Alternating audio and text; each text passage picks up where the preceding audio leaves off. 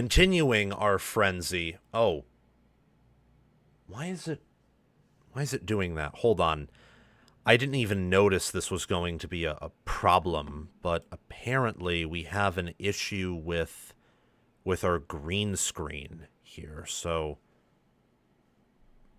why is it doing that? Hopefully just maybe like getting the camera to focus on something else. Hold on, guys. Sorry about this. I did not even notice that our green screen would be having issues today. Why is it doing that? Is it it must be a lighting issue. That's usually what it is. Sorry about this, guys. I'm gonna have to check this out. Hopefully that will fix some things. I hope. All right, let's see if this looks better. Yeah, that looks better. I think that right there is. I think that's fairly doable.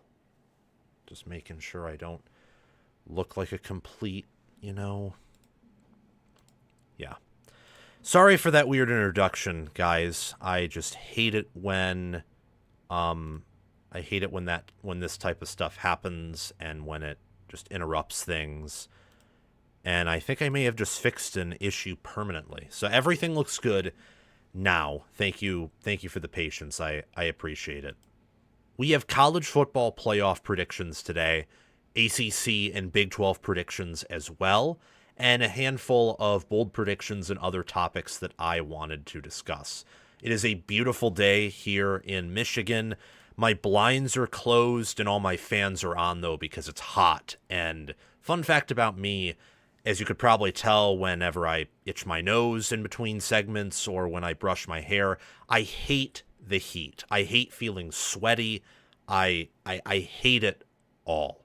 I'm in love with the cold. I would much rather live in Alaska or Canada or Greenland, just from a weather perspective, than I would in Florida. Hopefully that doesn't weird too many of you out. But before we get to the college football playoff predictions, before we discuss other predictions in the ACC and Big 12, make sure to like, make sure to subscribe, make sure to hit the notification bell so that you can get notified when we go live Monday, Tuesday, Wednesday, Thursday, and Friday at noon Eastern time when we can, and engage in the live chat. Comment any thoughts that you have, no matter how insane they might be, as long as they're relating to football and as long as they are friendly to the audience, they're approved by me. And if you want something to be said that I will read and give you a shout out for guaranteed, you can send in a super chat, and I would appreciate that a lot. If you want to support the channel as well, there's the Patreon page.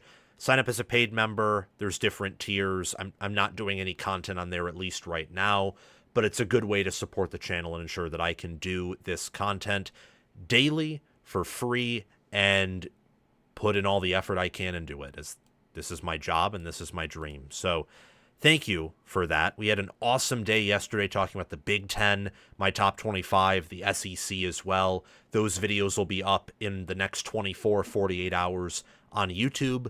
The college football playoff, that's going to be really the crown jewel of this post-spring predictions series, because you're going to look at my national title pick right now, and I have a fairly strong read on this national title pick that I'm going to make. I'm pretty confident in picking said team to go on a playoff run, to win the national title. I'm confident in multiple teams doing that. So I'm excited. It's going to be wonderful.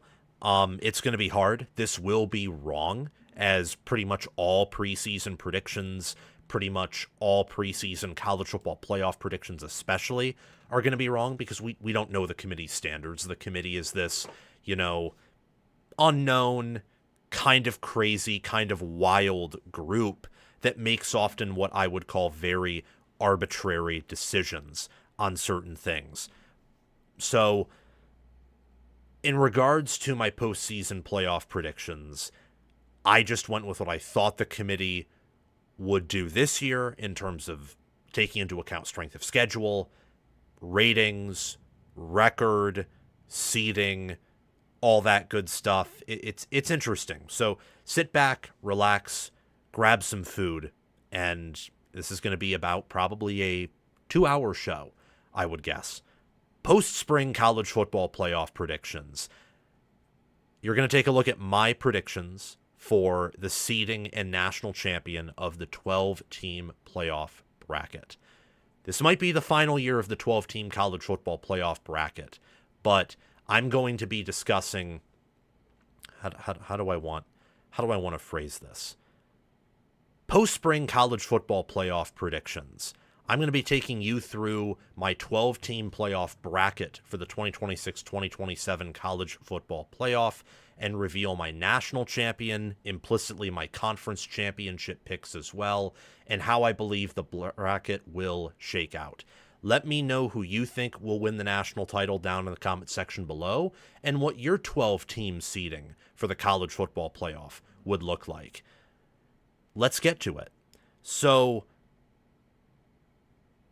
gosh, did I seriously forget where to put it? Oh, yes, I did.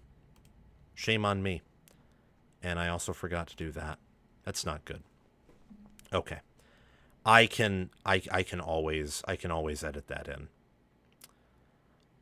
Today we will be predicting the seeding and results, the national champion of the 12-team college football playoff for 2026. Tell me your national champion in the comments. And as for my playoff bracket, I'll be revealing each of these teams individually from 12 to 1, and then we'll be going through the matchups.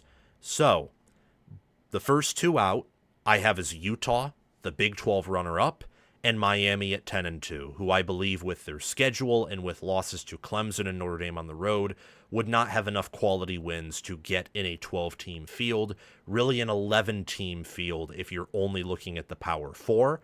Boise State, I have as my G5 highest-ranked team. Does no longer have to be the highest-ranked champion, just the highest-ranked G5 team. I have Boise State at 11-2, with a loss somewhere in the Mountain West and a loss to Oregon at the beginning of the season being that highest-ranked Group of 5 team. They'll be the 12 seed in my college football playoff bracket for 2026. For the 11 seed, 9-3 USC. I went back and forth on this a bit, wondering would the committee put in a 10-2 Miami, 9-3 USC, 11-2 Utah, and there's another 9-3 team that's in here.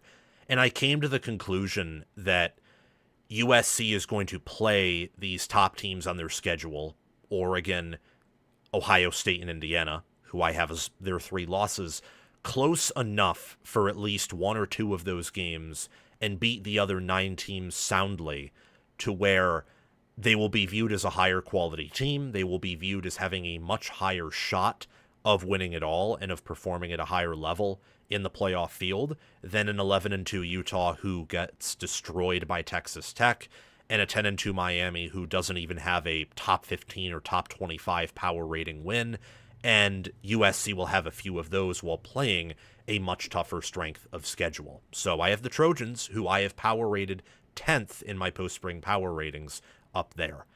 At 10, I have Michigan, who with a win over Oklahoma in the non-conference, I believe that's going to be a playoff elimination game. The winner of that game, with how I have their regular season conference schedule shaking out, will reach the playoff at 9-3. I have Michigan winning that game, so even though, like USC, they lose to Indiana, Oregon, and Ohio State, I think they just barely sneak in, being viewed as a higher quality team with a better strength of record than Utah and Miami, who's a top 10 power rated team ahead of USC and Michigan in my book and ratings. They just won't have the schedule. Same with Utah, and without reaching their conference title game, it'll be a lot like when in 2024, Miami was behind 9-3 Alabama, despite having a superior win-loss record. The committee has taken these things into account before. I think that Michigan, with wins over Oklahoma, Iowa and Penn State, teams that will be of top 15, top 20 caliber, will help them sneak in here as a road team in the first round. The 9 seed, the final road team, is 10-2 Florida. I had Florida in my winter college football playoff bracket. I have no reason to jump off of them now. No reason at all. And when I look at Florida, I think to myself, this is a team that really should go 9-3 or 8-4. Just like how I believe Michigan's most likely record is 8-4. However, when I look at the talent that Florida has and the coaching upgrade that they have received, I believe that their schedule works out pretty favorably. I have them losing to Texas and to Georgia, but beating Oklahoma, beating Auburn and Missouri on the road. At 10-2, if you're an SEC or Big Ten team, you're getting in regardless. So Florida here will be the 9 seed. They are finishing 3rd in my SEC standings. I believe that John Summerall with Buster Faulkner and Aaron Philo and what is a pretty loaded team is going to surprise college football this year. As I mentioned earlier, this bracket will probably be wrong. So bear with me. This is just my post-spring projections. SMU I have as the 8 seed. A surprise in the ACC for sure. Someone at the top who's favored to reach the playoff is just not going to make it.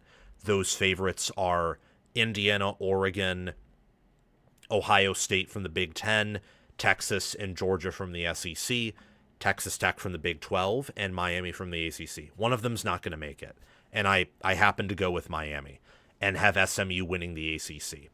That 12-1 record will be one of the weakest 12-win records you could ever see. They'll beat a good Louisville team, and they will beat Georgia Tech in the ACC title due to tiebreakers that they have over Miami in terms of just projected win-loss record of conference opponents. That's how it usually goes. The ACC doesn't have any official tiebreakers right now, so I just went with that. SMU returns a good staff, good players, a veteran QB, a veteran O-line and D-line, good linebackers and some good safeties, and their schedule's very favorable. I have them losing in likely a blowout loss to Notre Dame, who we'll talk about in a little bit. I have them making the playoffs and getting a very favorable draw. As for SMU, I believe that despite the weakness of their schedule, when you're a conference champion with 12 wins, you're at least getting a home game. So that's what SMU will have. At 7, we have Texas, the SEC runner-up at 10-3. Texas plays Ohio State in the non-con. I have that marked as a loss right now. I also have them losing to Texas A&M at the end of the season and to Georgia in the SEC title game. 3 close losses, 2 of them to top 5 teams. A&M is a top 20, top 25 team in my ratings, and the committee will view them the same way. And I have them beating Oklahoma, Florida, Missouri, LSU. These are all teams that'll be top 25 or even borderline top 10. As I have Florida seeded top 10, they'll be ranked top 10 at the end of the season if they fulfill that projection. They're going to give Texas a home game, even with 3 losses with that schedule, if they make it to the championship game and it's competitive and things shake out how I expect them to. Remember, Alabama was the 9 seed. They were just 1 seed higher. They would have gotten a home game, and they didn't have the same marquee non-con matchup that Texas did, and I do not expect that Texas is going to perform as poorly as Alabama did later in the season. Also, with the Big Ten and SEC having more balanced schedules relating to top teams playing tough schedules, some of the bottom teams are now getting the weaker schedules.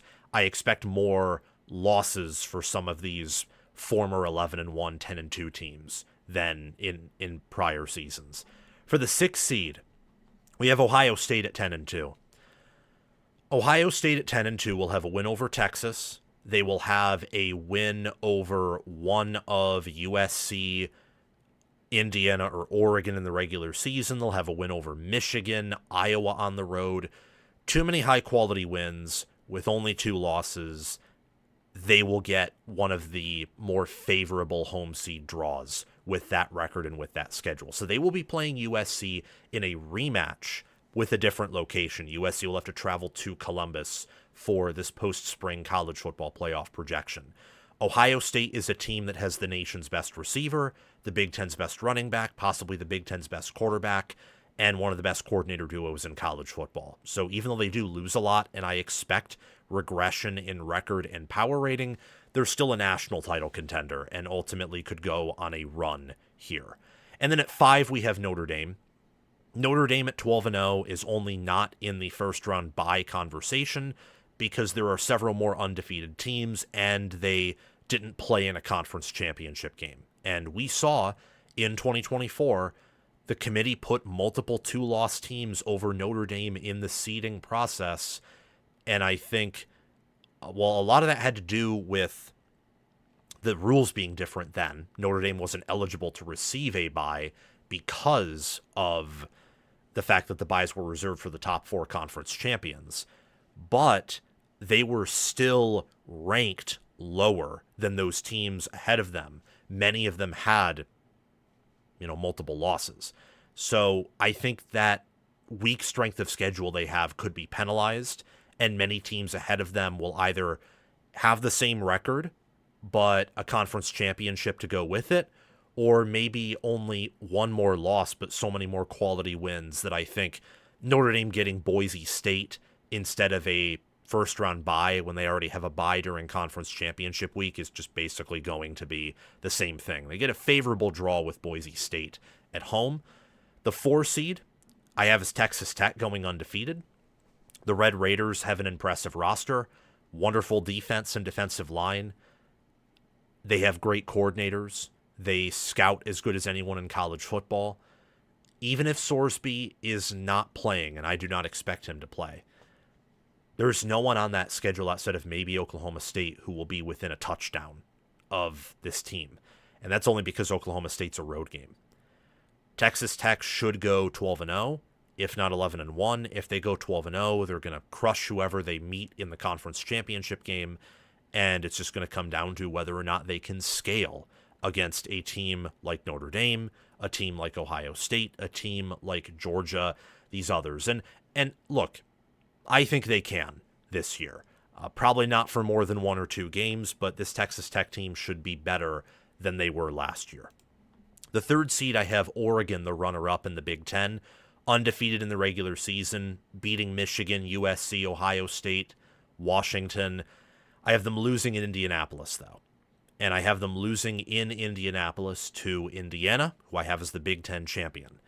I believe Oregon is the number 1 power-rated team in college football. They just happened to lose to another really good team in kind of a disadvantageous spot, with Indianapolis being pretty much an Indiana home game based on how, they and Ohio State filled that stadium last year. Also, IU would have the coaching edge in that matchup. Georgia gets the 2 seed for being the undefeated SEC champions. Georgia has an easy schedule. They are a playoff lock, and they are top 10 in returning production with Kirby Smart as their head coach. Rematch opportunity with Texas, given that Texas plays Michigan in the 7-10 game. With Georgia in the Peach Bowl, they would have pretty much a home game there. They have the deepest roster in the SEC. They're pretty underrated in odds to win the national title, I think. And then as the 1 seed, I have Indiana. Their schedule lines up nicely, too. They can pretty much prepare for Ohio State for 2 months, and they get them at home. On top of that, the defense should improve. The offensive line should improve, which won't totally offset Mendoza and many of those players on offense leaving, but it will help stop the bleeding a bit and make this Indiana team different, but still very lethal. They'll also beat Michigan, USC, Washington, so they'll have several quality wins, and Oregon will probably enter as number 1 or number 2 into that Big Ten title game, so we as college football fans might get to see another 1v2 Big Ten title game matchup as we did last year. Indiana, just kind of at home, travel edge, coaching edge in this game. I like them to beat Oregon to capture the Big Ten for the 2nd year in a row. So it was about 12 minutes for about a minute each team, maybe a little bit less, I want to take you into my mind for how these matchups would go, at least very briefly. Notre Dame will beat Boise State by 40 or 50 points. We don't have to talk about that. SMU is an inferior team to Florida in my mind, but with SMU getting a home game and SMU being a bit more established in their build, I see them winning that game competitively to go to the Rose Bowl to face Indiana, which is a very favorable draw for the Hoosiers. Ohio State will beat USC. If USC is going to beat Ohio State this year, it will be in LA. Traveling to Ohio State, they could probably put up a fight for at least a little bit, but at the end of the day, I expect Ohio State to pull away and probably win that thing by double digits, with the weather conditions benefiting them. The roster depth as the season goes on will just widen Ohio State's edge in that matchup. USC going 9-4 and reaching the playoffs would sort of be a tough pill to swallow, as I don't think they'll beat really any elite or great teams, but with some wins over Penn State and beating all the teams they should, even on the road, I think USC would still get momentum from a 9-4 campaign, where this time their loss wasn't to TCU in the Alamo Bowl, it was in the college football playoff to one of the best teams in America. So Ohio State will move on to play Oregon in the Fiesta Bowl. Michigan will get handled by Texas. Pretty confident about that. It is a matchup where a lot has to go right for Michigan. It's very similar, I think, to USC traveling to Ohio State. Could be competitive for a bit. Texas will end up pulling away and winning that thing fairly convincingly. In 2027, Michigan will have to return to Austin to play Texas, this time in the regular season and I believe week 2. So they'll get the rematch against Georgia in the Peach Bowl. This is where things get a little bit ugly and where I might make some changes in July, but who cares? We get these things wrong all the time. So I believe the first round bye could affect some teams negatively. And after last season, there could definitely be something to that. I remember saying in a video, if a lot of these teams lose tomorrow or the next few days, I would have to reconsider that. And that happened outside of Indiana crushing Alabama, so I've tried to reconsider some of it. At the end of the day, though, I take a look at these matchups here. Indiana will smoke SMU. That game is not going to be close. It is a team in SMU that is trying to do what Indiana is doing, where they're both not blue chip ratio teams, they're both not the deepest teams in the world, and IU has an edge at practically every position. They're going to win that game in another Rose Bowl blowout. Oregon, Ohio State. On one hand, it's a rematch, so you'd favor Ohio State. On the other hand, it's in the Fiesta Bowl, so it's as close as Oregon's going to get to having at least some sort of a 50-50 crowd split. And Oregon, look, I think they're the better team, and the game in the regular season was played in Columbus. So Ohio State gets the benefit of the rematch. Oregon gets the benefit of not having the same travel disadvantage and not having to deal with that whole environment that they did in the regular season. Georgia over Texas, it's another rematch. This one's easier for me to process because I just come to the conclusion that Kirby Smart owns Steve Sarkisian, and I believe that Georgia is deeper. So a better staff with that much additional time and preparation and a deeper team with good special teams and fundamental soundness and more roster cohesion because they're returning more organic production than last year. A lot of Texas's high returning production has to do with what they did in the portal and bringing back QB Arch Manning. I think Georgia will go to the Sugar Bowl. And then Notre Dame, Texas Tech. I have that as Notre Dame being favored here. And I like what Texas Tech does so much and think that Texas Tech's undervalued now by people and Notre Dame's a bit overvalued, that I'm almost doing this to be a bit contrarian. Notre Dame should win this game. But Texas Tech has some things on the defensive line and in pass rush that I like where I don't quite know if Notre Dame has that. And Notre Dame is the QB edge. Again, they should win this game.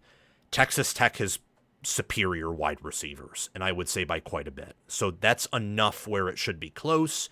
And in a close game, I'm going to be a little bit of a contrarian here and say that Texas Tech actually wins a game against a big-time opponent.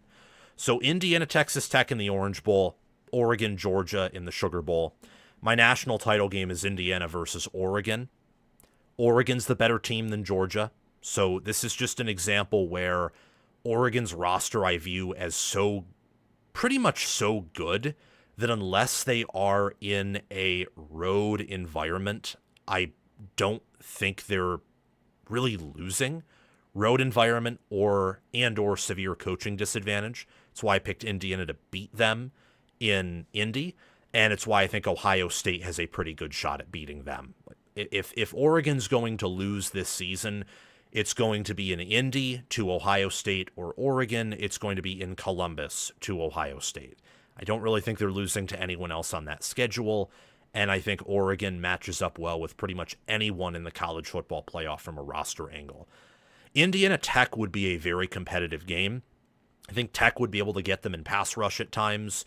They also would have possibly an advantage with their tight ends and receivers if Will Hammond is healthy and progresses. And Hoover is turnover prone, but I trust Indiana's staff just a little bit more, and I like their team this year. For my national champion pick, it's Oregon. I think this is the year that Dan Lanning gets it done. This is the year where their recruiting and scouting and development that they've been building off for 3 years now comes to fruition. Keep in mind, over the past 2 recruiting classes, they've earned the highest quality caliber class. They've out-recruited anyone from a quality angle. They've held on to those players at a higher level than Georgia, Texas, Ohio State have. They've had less outgoing transfers in those departments. And they've done well in the portal. And this past season, they didn't do that much in the portal. Why? We know they have the resources. We know they have the scouting. I just believe that they think this is the best that they have. And it's another pick where I don't see pretty much anyone except for Joel Klatt and myself having them this high in the preseason, and my friend Baldfather Betts, who's power rated them number 1 preseason. They have better odds to make the Natty than Georgia and Ohio State just from a scheduling angle. The only reason people aren't as bullish on picking them to win is Ohio State has Jeremiah Smith and Texas has Arch Manning, and it's easy to get tunnel visioned when you have generational NFL prospects on one roster. Oregon just doesn't have a player as well known as either of those two, or necessarily as generationally gifted, but their roster is so much more complete and deeper, and they have as long as the O-line pans out and Malik Terry is an elite O-line coach, they've reloaded their year over year over year, they should be fine.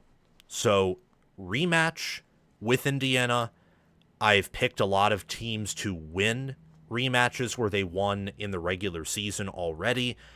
Oregon being my number 1 team and no longer having to travel to a de facto home field environment, they're not losing that second time. Maybe they could.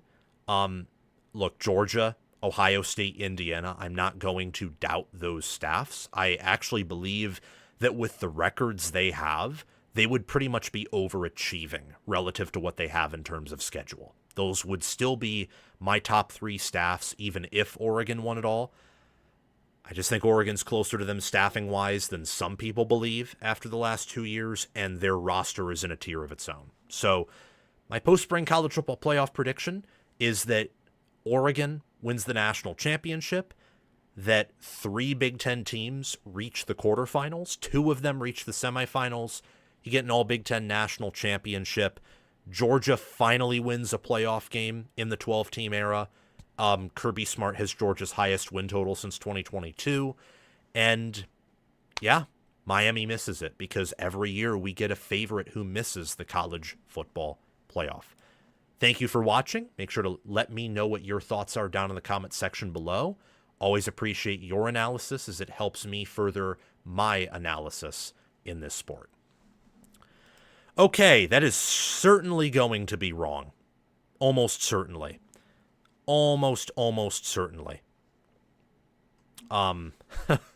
Yeah. This is definitely going to be wrong.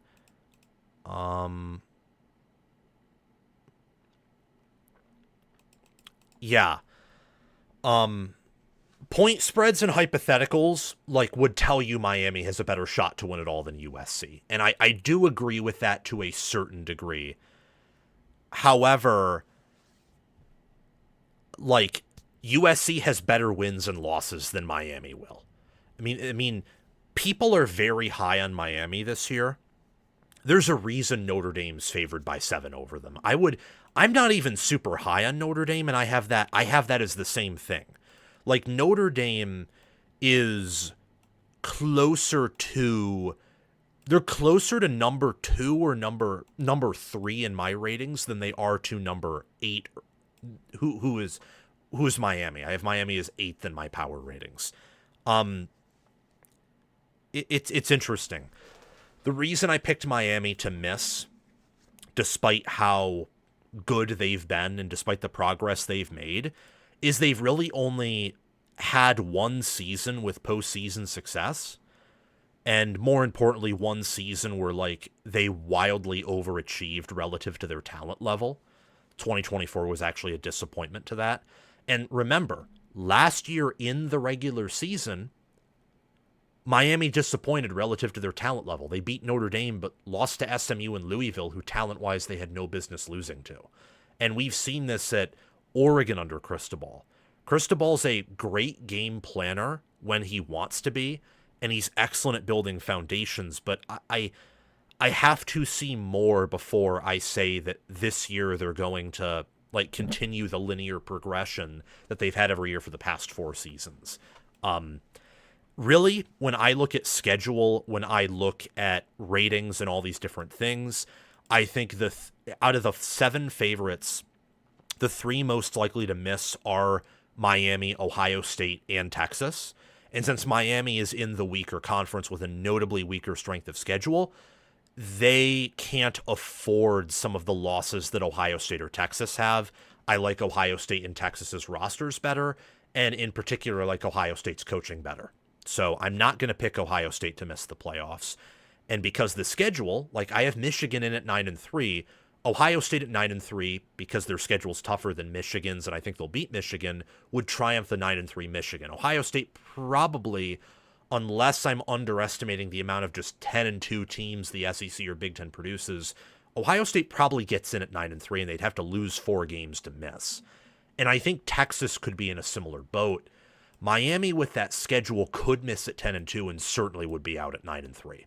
So hopefully that explains a bit of the insanity, a bit of the madness. But speaking of the madness, we're now going to turn a page, take a look at the conference of madness, that being the Big 12. Post-spring Big 12 predictions.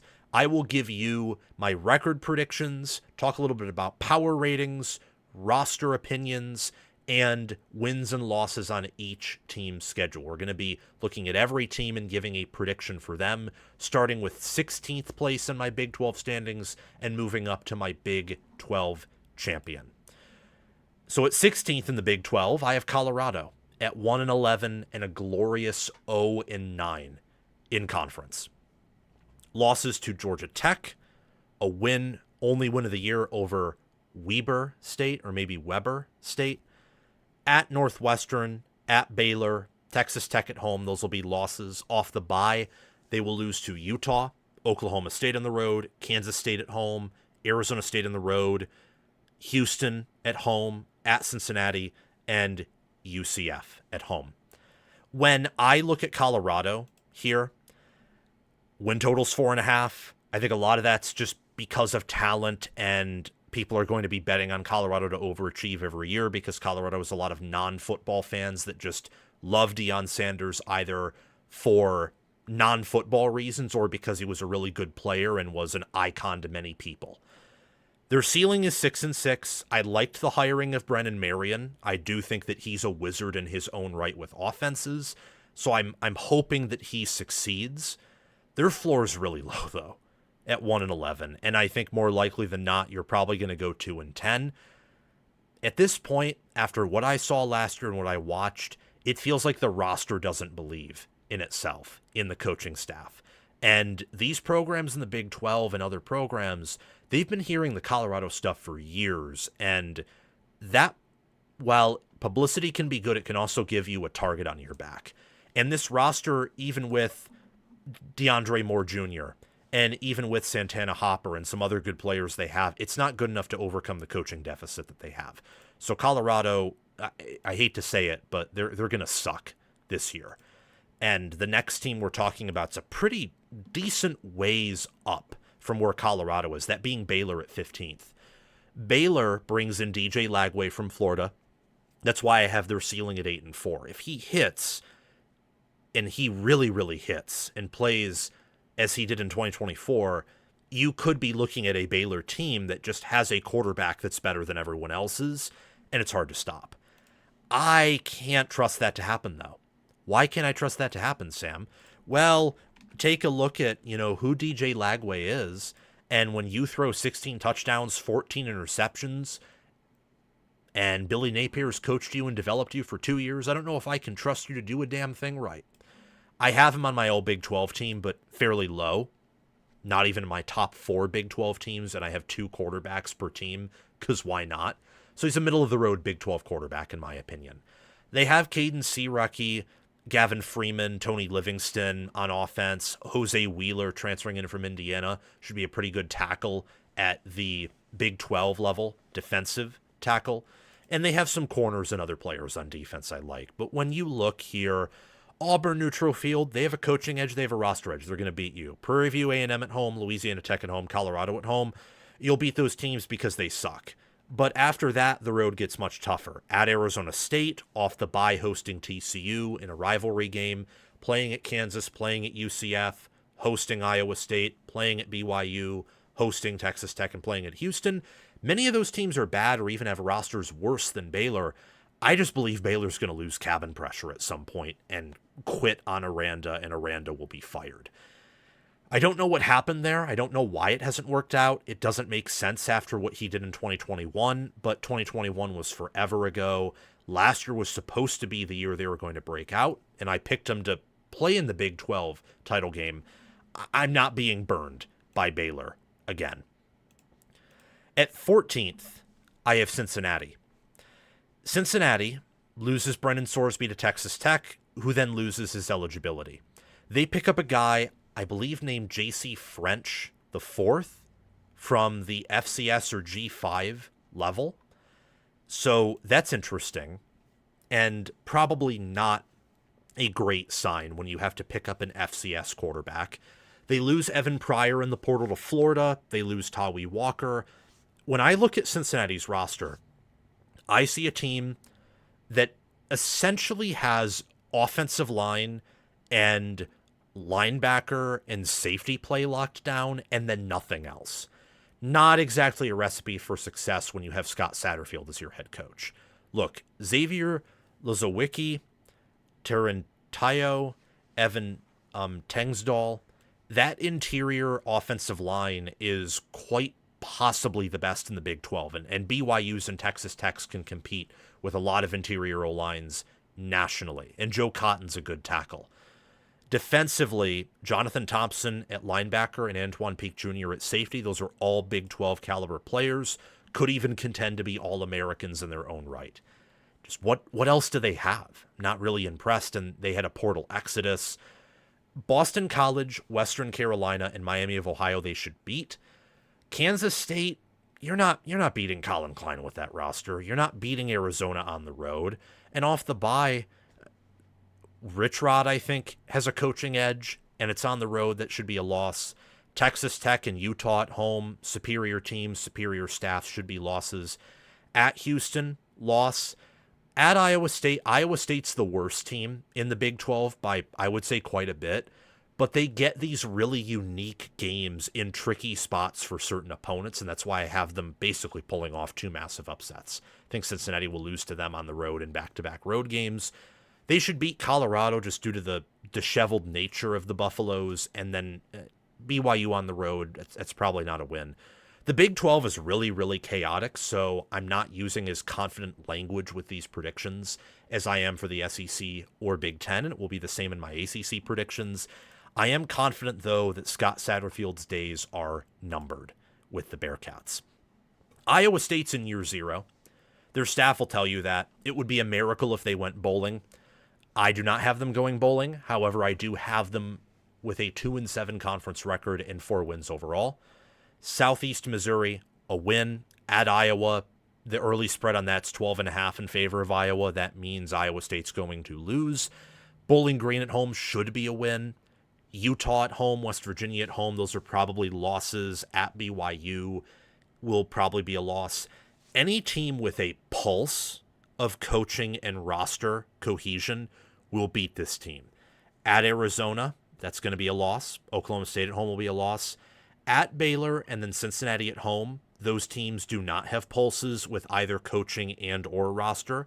So since I respect Jimmy Rogers, I think that Iowa State will win those games. At UCF, it's just a tough trip to make, and UCF has better players than the prior 2 teams, so I believe that'll be a loss. And Kansas State at home, I know it's a rivalry game, but Kansas State is very ahead of Iowa State roster-wise. Look, Iowa State has some nice players. They have an edge in Isaac Terrell that I like, a safety in Drew Surges that I admire, and Jalen Raynor should have some success at the Big 12 level. But this is year 0. They're pretty much openly saying that this is going to be a massive rebuilding year, so I'm not going to pick them to overachieve too much. Same thing with UCF on the overachieving part, though they should be in a much better position than Iowa State. I don't really trust Scott Frost. I remember back in 2022, and Nebraska fans will tell you this, saying that, oh, they're going to win the Big Ten West. They have an easy schedule finally. They're bringing back a lot of production. They may have upgraded at QB, and then they fell flat on their face. I have UCF at 5-7, 3-6, hitting right around their 5.5 win total.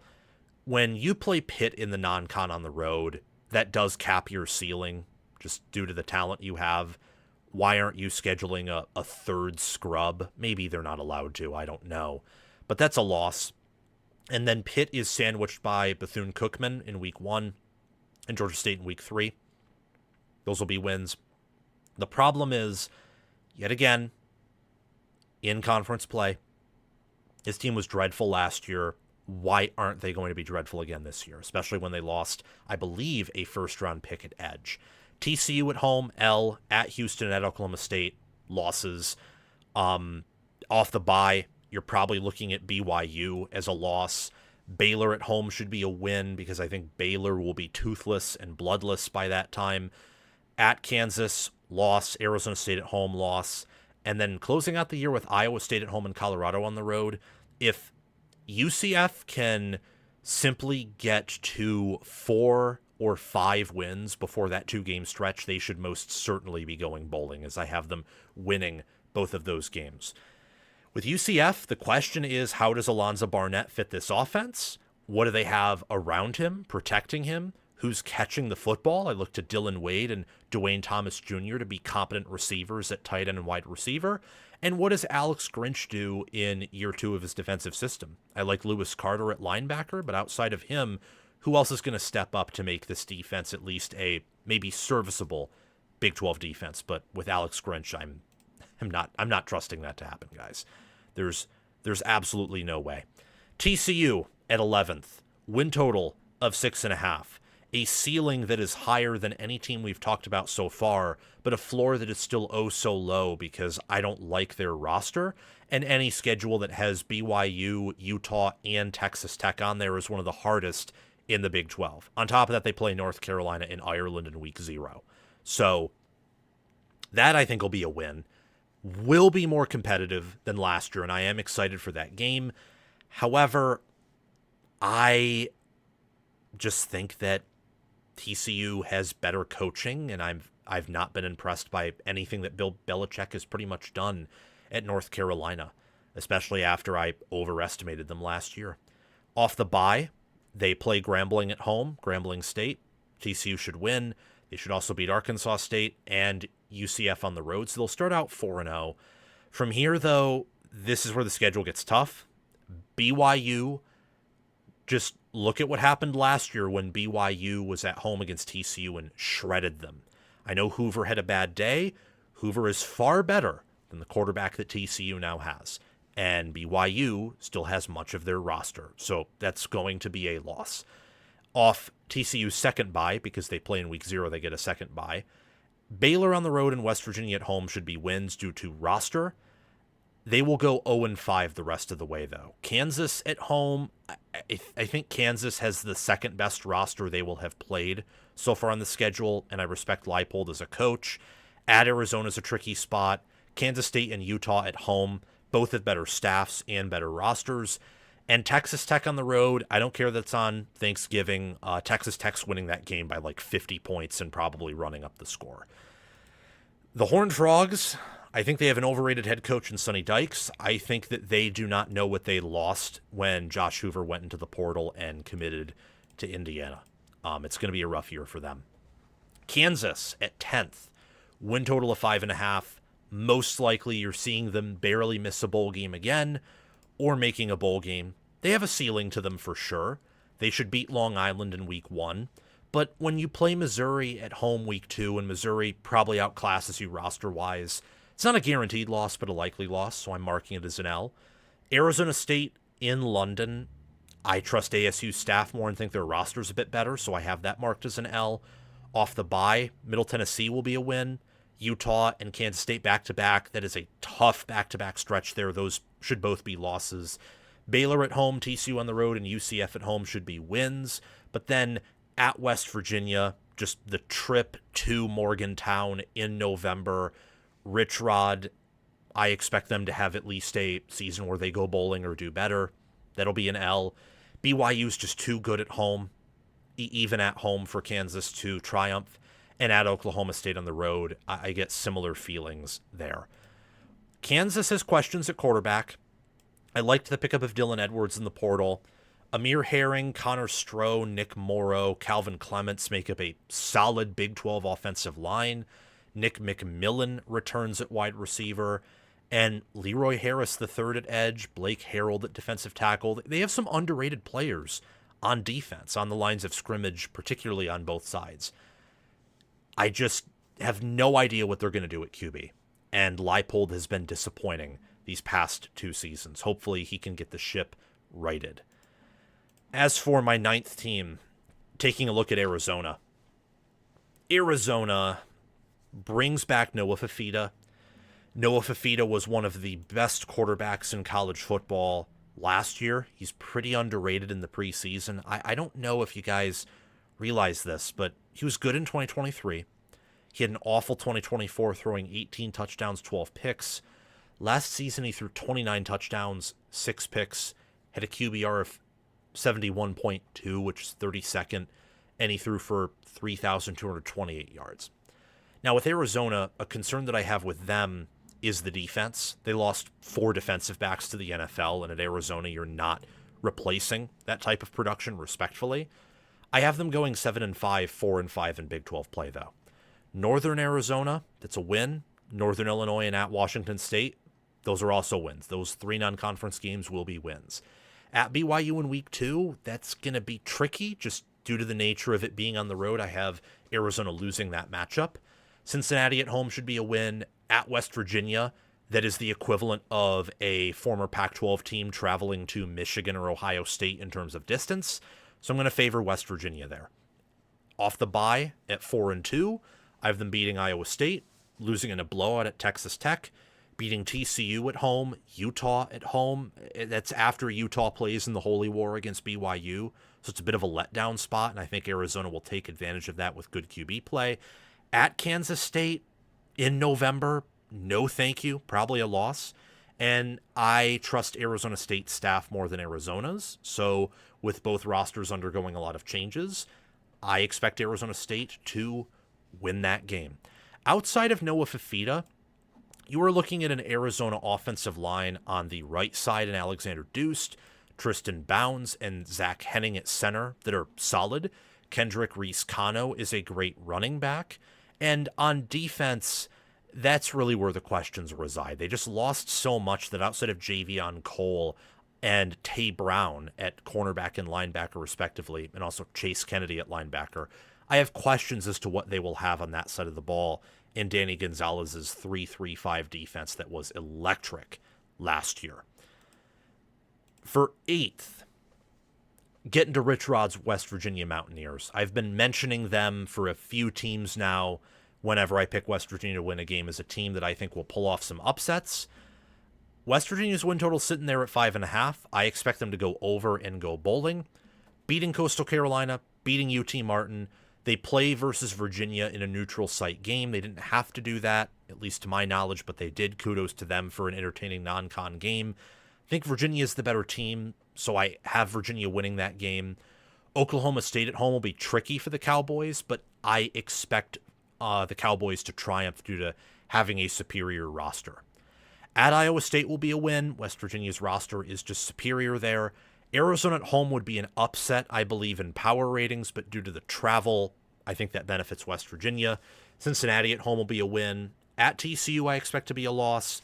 Off the bye, I am looking at Texas Tech still blowing out West Virginia. It's on the road. Texas Tech's roster's above everyone's in the Big 12. Kansas at home should be a win. Houston at home, I think Houston's good enough to overcome that trip. And at Utah at the end of the year is tough, but West Virginia will get to a bowl game, will go over that win total. I like the idea of Michael Hawkins in that offense. Cam Cook transferring in from Jacksonville State. That is a wonderful addition.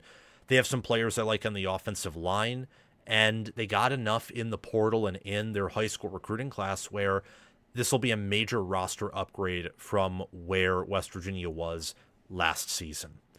Arizona State is at 7th. We're getting to teams that now have win totals solidly above the 6-6 bowl game mark. This is one of the toughest schedules I've seen in the Big 12. Why? Well, it's because they play Kansas in London, they play at Texas A&M, and they play Arizona, BYU, and Texas Tech on the road, and they get Kansas at home. This might be the toughest schedule in the Big 12. I expect them to beat Morgan State, and I do, surprisingly, have them upsetting Texas A&M on the road. A&M is going to go through a full rebuild on offense, and I trust Arizona State staff to have a game plan to mess with Marcel Reed. And they have enough on O-line, enough at wide receiver with the Marion Miller and Reed Harris, and enough at quarterback and Cutter Boley, where I believe they'll be able to trade punches with A&M this early in the year, and I'm picking them to pull off that upset. They will beat Kansas in London. Off the bye, they will beat Baylor and Hawaii back-to-back at home. At Texas Tech, it's a revenge game. Arizona State will not have the same roster they did last year when they played Texas Tech at home, so I hate that game for Arizona State. That's a loss. Kansas State at home, two teams that are similar in my ratings. Home team with better staff, I think, is going to win. At BYU, road team, equivalent staff. BYU, I believe, has better players right now. It's just a loss. It happens. Colorado at home should be a win. UCF on the road should be a win. Oklahoma State on the road, it's tricky. Really, really, really tricky, I would say. But I have that as a loss because I'm high on Oklahoma State this year. I believe Oklahoma State's roster is more complete, and they will have a decisive QB edge. So unless they're playing some really, really top-end teams or teams with excellent defense, I think Oklahoma State's going to win. So Arizona State, I think they're not going to go better than 9-3 because that schedule is tough and they have enough roster questions, but I trust this staff to maximize the talent they have. That is why I'm picking them to win 9 games and go well over that 6.5 game win total. 6th, we have Kansas State. Kansas State's schedule is much more workable. I also believe they have some more blue chip physical talent than Arizona State to this point. So with that in mind, I believe their ceiling record-wise is much higher at 11-1. I also have them going 9-3, beating Nicholls, Washington State, Tulane, Cincinnati, that game being on the road. Off the bye, losing to Houston at home, as I believe that Houston, with a coaching edge, being further along in their rebuild, having more experience, will benefit them. They'll beat Kansas in the Sunflower Showdown. It's just a game Kansas State seems to win every year. Don't imagine it will change here. At Arizona State will be a loss. It's, as I explained just a few seconds ago, with Arizona State, I think they have the better staff, and it's on the road. But Kansas State could win that game. Same with Houston. They should beat Colorado. They could win against Oklahoma State at home, but I believe Oklahoma State is the QB edge. I believe Oklahoma State has, at this current moment, similar players, maybe slightly better players across the board. So that's another loss. At TCU could be very tricky after that Oklahoma State game, but I trust Kansas State staff and players more. And then Arizona at home and Iowa State on the road, those should be wins. Their win total is at 8.5. Huge step up here from the previous win totals. I like Kansas State to go over. And if I am wrong, I would say they're probably more likely to go 10-2 than 8-4, though it's very, very close. Avery Johnson at quarterback, Joe Jackson and Rodney Fields at running back, John Pastor and Delvin Morris in the offensive line, Jaron Tibbs, Josh Manning, and Isaiah Williams at wide receiver, and Garrett Oakley at tight end. I would not be shocked if they had the best offense in the Big 12 with Colin Klein commanding that team. And on defense, Wendell Gregory is a nasty player at defensive end, and Caleb Patterson and Zashawn Rich is a great corner duo at the Big 12 level. So this is certainly a team that is in their own tier out of all the teams we've talked about so far in terms of Big 12 talent. Oklahoma State's in that tier too. Their win total's a bit lower, but I believe a lot of that is due to their recent history and the fact that when you look at returning production isn't viewed as the same if it comes from the portal as if it comes from last year's roster. So using traditional methodology would, I believe, underrate Oklahoma State pretty severely. They have, in my all Big 12 team, the most Big 12 players, whether I count my honorable mention teams or not. They also have the top passing quarterback in Drew Mestemaker in the Big 12. I think it's him, Devin Dampier, Bear Bachmeier, and Noah Fifita for overall quarterback. I believe he is the best pure thrower and passer of the football in the league. That helps. They also have Caleb Hawkins coming in at running back, Wyatt Young transferring in at wide receiver. They also had some underrated pickups at receiver, like Justin Bowick, Miles Coleman, underrated keep in preventing Jaleel Johnson from transferring out at edge. Jerry Lawson and Sadiq Clemens look competent at defensive tackle. And LaDainian Fields, they kept him from going into the portal from Oklahoma State, and he was one of their few competent players on defense last season. I expect Oklahoma State to beat Tulsa on the road, lose to Oregon at home. The way too early line for that game is 17.5 on the road, so Oregon's a heavy favorite here. Murray State at home and at West Virginia will be wins. Off the bye, they'll beat UCF. They'll lose to Houston on the road. They'll beat Colorado at home, Iowa State on the road, Kansas State on the road. Texas Tech at home, I expect them to play Texas Tech within a score. Same with Houston. With Oregon's a bit of a different beast here. But I think they'll play Texas Tech competitively. The roster difference is just so vastly great, and Texas Tech staff is a bit underrated by many. So it'll be a close loss. At Arizona State will be a bounce-back win, and Kansas to close out the year will also be a win. My prediction for them is 9-3, 7-2 in the Big 12 Conference. It'll be a very successful year for Eric Morris in his first year, and a lot of the players they brought in from North Texas and just the portal in general have an additional year or two of eligibility. So if the season goes how I think it will, they'll be even better in 2027. At fourth, I have Houston. Win total of 7.5. Houston won 10 games last year, ridiculous amount of close games.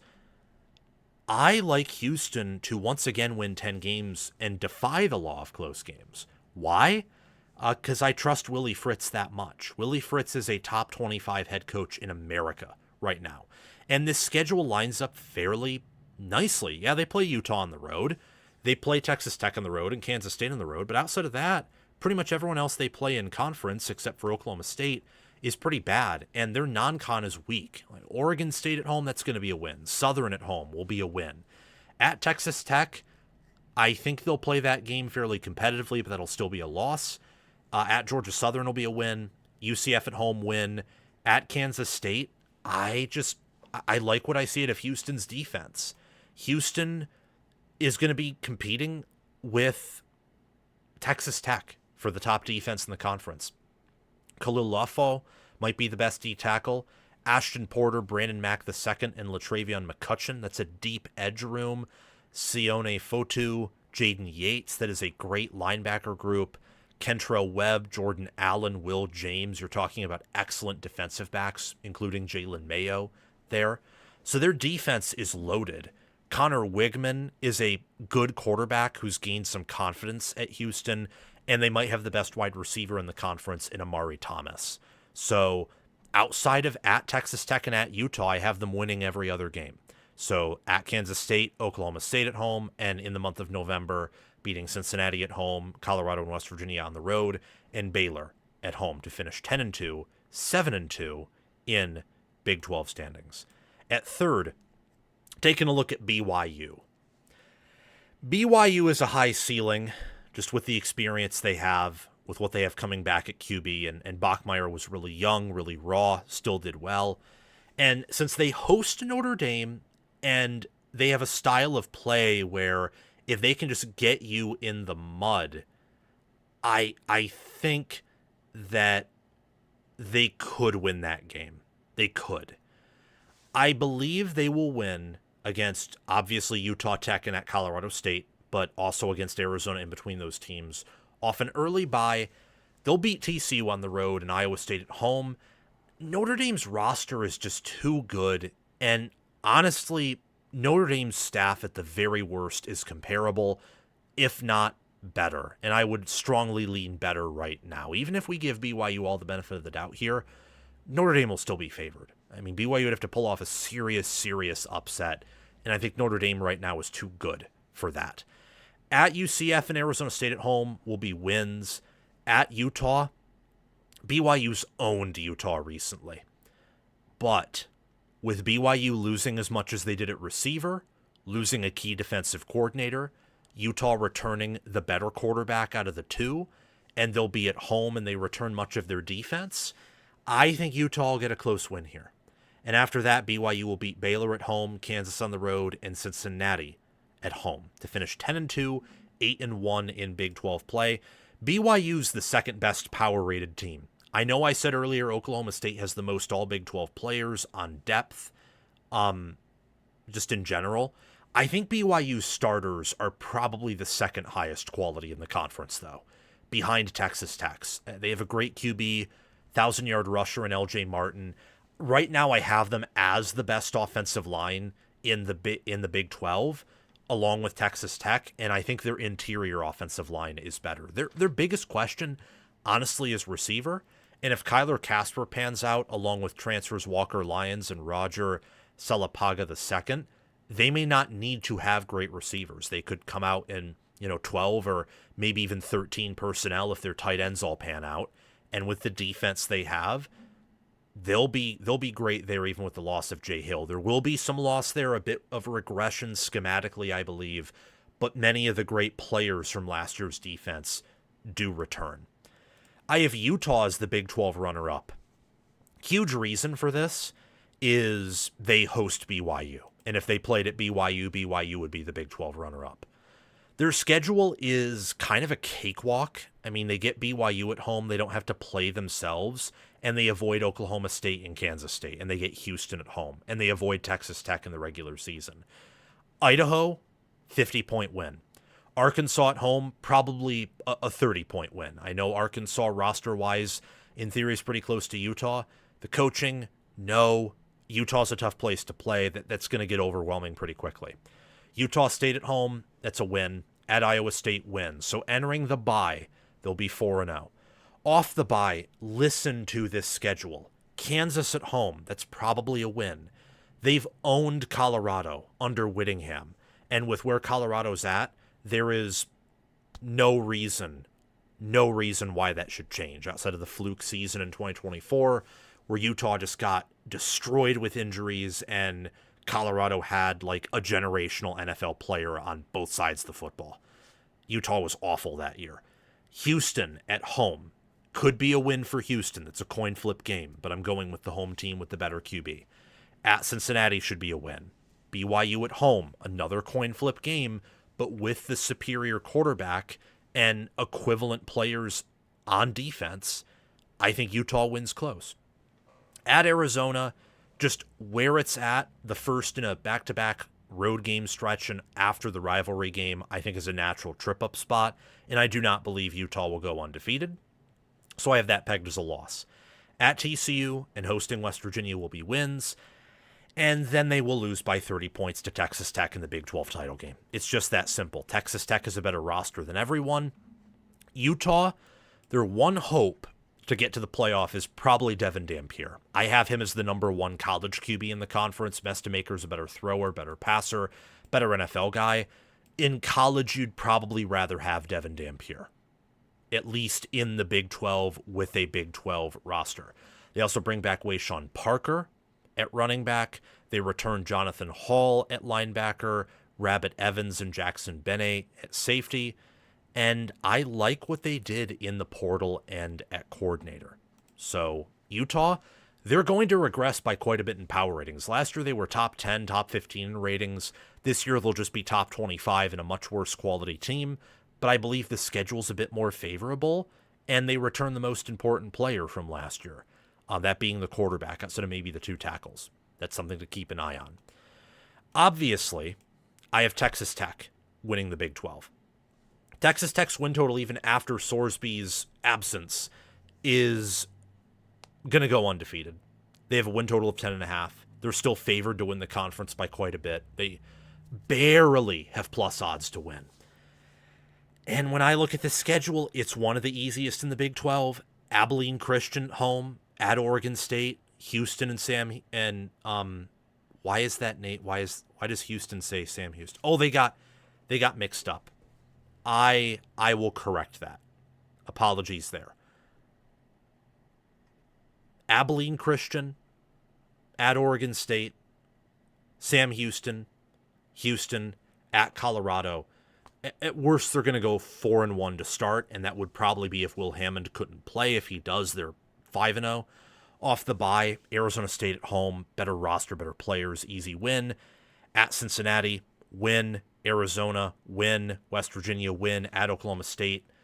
That is the one loss they could have. I think they're going to win due to having better players. At Baylor, win. TCU at home, that should be a blowout. Utah, in the Big 12 championship game, could present them with some issues with quarterback Devin Dampier and the defense that Utah runs, but I think Texas Tech is a better overall roster than they did last year. Defense will probably be a bit worse. They should be better at secondary, inferior up front. Every position on offense, even quarterback, as long as Hammond is healthy, will be better than last year. So overall, the team will improve, and Texas Tech will get a bye in the playoff as they did last year. They'll be undefeated. The Big 12, I want to say this, I didn't pick them to get multiple bids in the college football playoff because after looking through their wins and losses, I didn't think the committee would give them that. There is a chance, though, especially if, say, BYU beats Notre Dame or their only loss is to Notre Dame and they play them competitively, the Big 12 could be a bid stealer here. And they could get 2 bids to the college football playoff and kick out an SEC, Big 12, Big 10 team, maybe even a second ACC team if there is someone competing in the ACC for that second spot. The Big 12, I believe, is strongly third place. They're clearly better than the ACC, I believe, clearly worse than the SEC or Big 10 this season. Texas Tech is just a top 10 team clearly to me, with top 5 upside. So I have them going undefeated and winning the conference. Thank you for watching. Let me know your thoughts on my predictions down below. As for Texas Tech, I've made so many videos on them talking about all their different players where I could go through their entire roster and tell you why they're the best at every single position. Didn't necessarily want to bore you all by repeating every single starter because every one of their starters pretty much would be a starter. Again, pretty much. There are some exceptions at other Big 12 schools.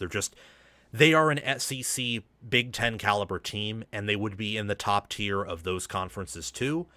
They just play in the Big 12. So they're going to win.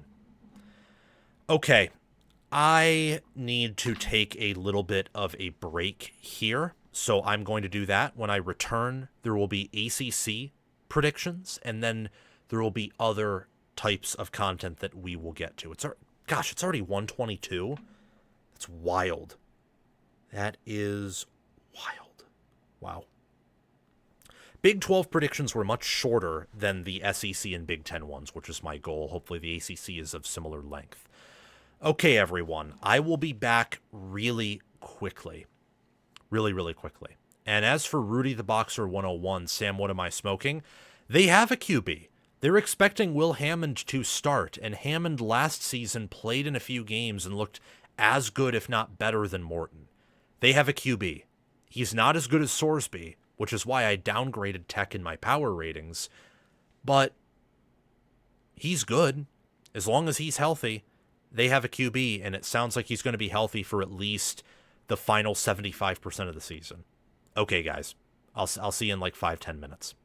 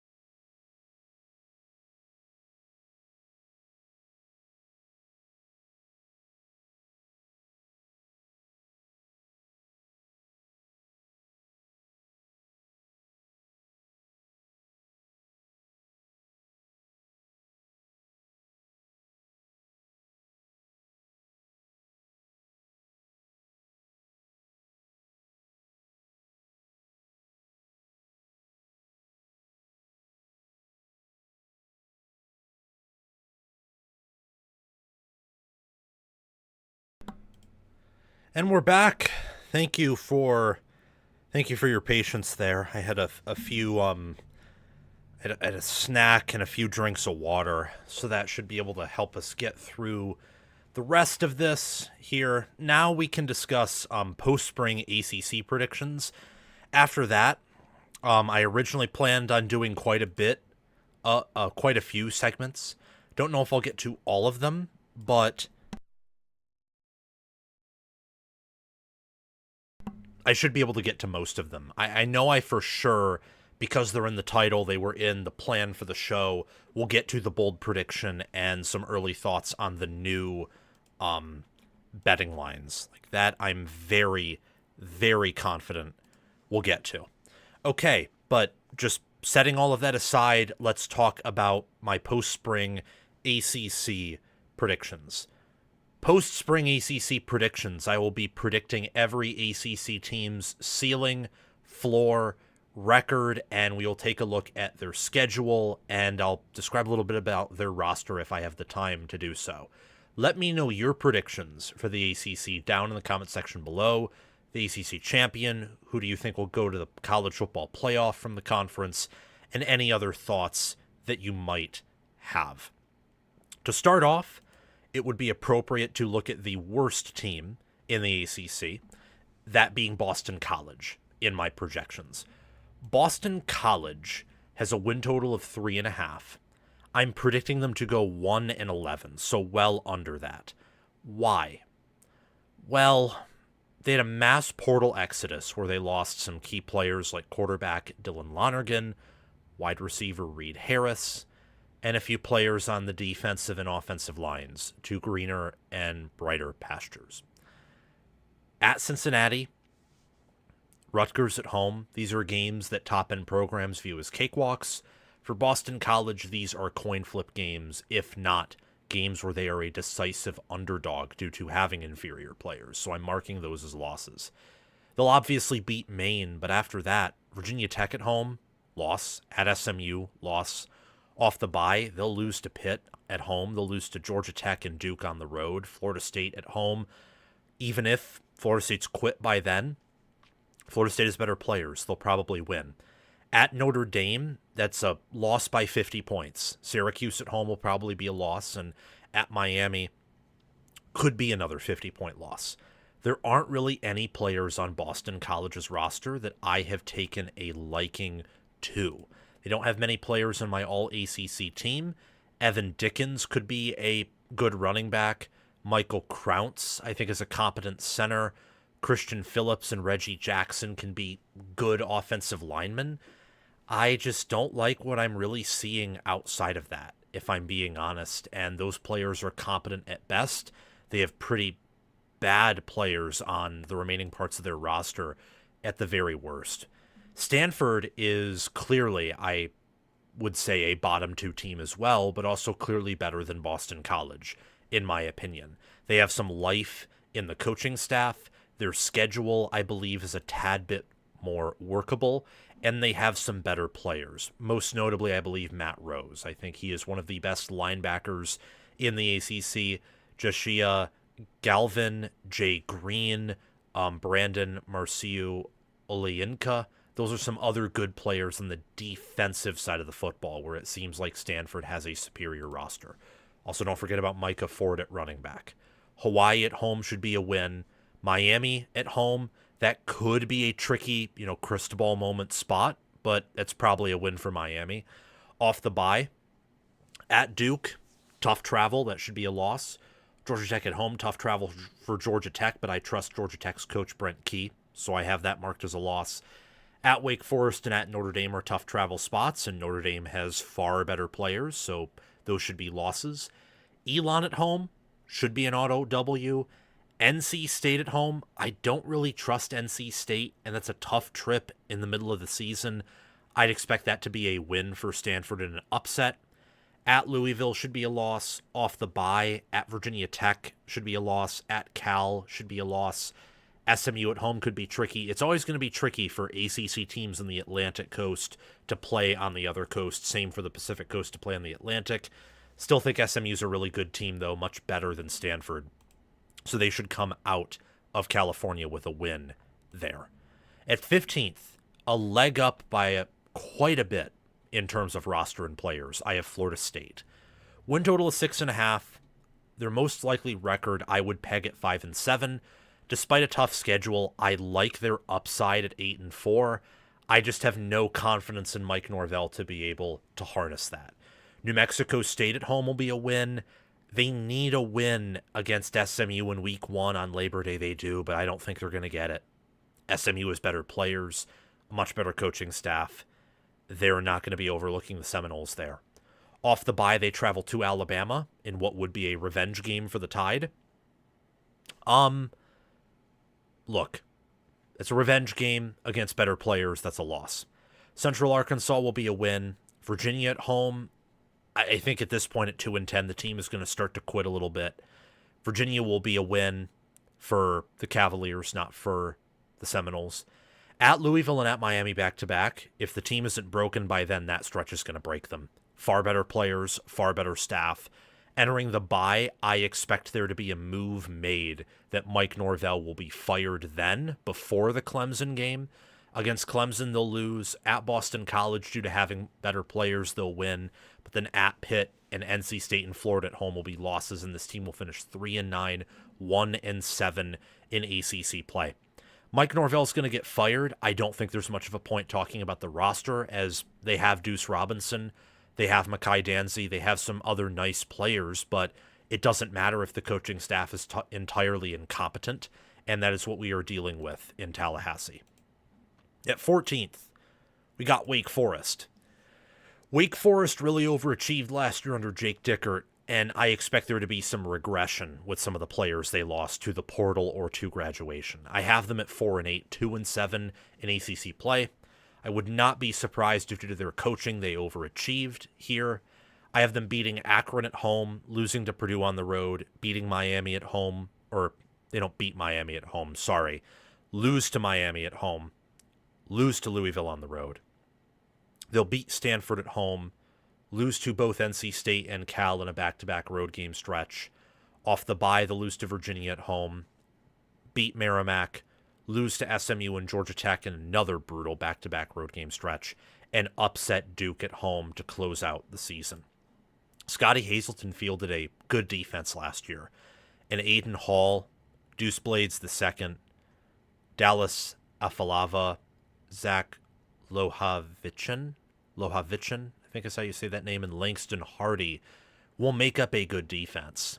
But I don't know what to make of them on offense, and they won a lot of close games last season. So I do expect some regression to the mean under Jake Dickert. We have Syracuse at 13th. Just had to check something there. I'll edit that out. Syracuse is a kind of conundrum for me, because on one hand they had that really successful 10-3 season where they upset Miami and did a lot of good things with Kyle McCord. Last year with Steve Angeli, they never quite looked that good, but after his injury they completely folded up, and it seemingly felt like they quit. Fran Brown made massive roster changes and fired much of his staff, and now you're sitting at a win total of 4.5, and I think that's spot on. Syracuse in my projections will go 4-8. New Hampshire and California will be wins. At Pittsburgh will be a loss. Off the bye, they will beat a rebuilding UConn team on the road. That's where the fun ends, though. At Virginia, Louisville at home. At North Carolina, SMU and Clemson at home. At NC State will be losses. They'll beat Boston College due to Boston College being the worst team in the conference, even though it's on the road. And then Notre Dame will come to town at the end of the year and beat Syracuse in the Carrier Dome by 40 or 50 points, as they will do to much of their schedule. I said it in the title, but just in case people haven't fully processed this already, we are talking about Notre Dame in this video as well. They just logically fit in the ACC, and I don't want to make a Notre Dame-specific video talking about their predictions. I will be doing that, actually, but I want to also include them in a conference prediction video so that more people can get my thoughts on the Irish. But Syracuse, they have a nice QB in Angeli, provided he recovers from that injury. And outside of that, and Chris Peel and Demetrius Samuel Jr. on defense, I do not like what they have at all roster-wise. It feels like 2024 was a bit of a fluke and mirage, and chasing 500 is more of what Syracuse is. That's sad because I like the idea of Fran Brown working there.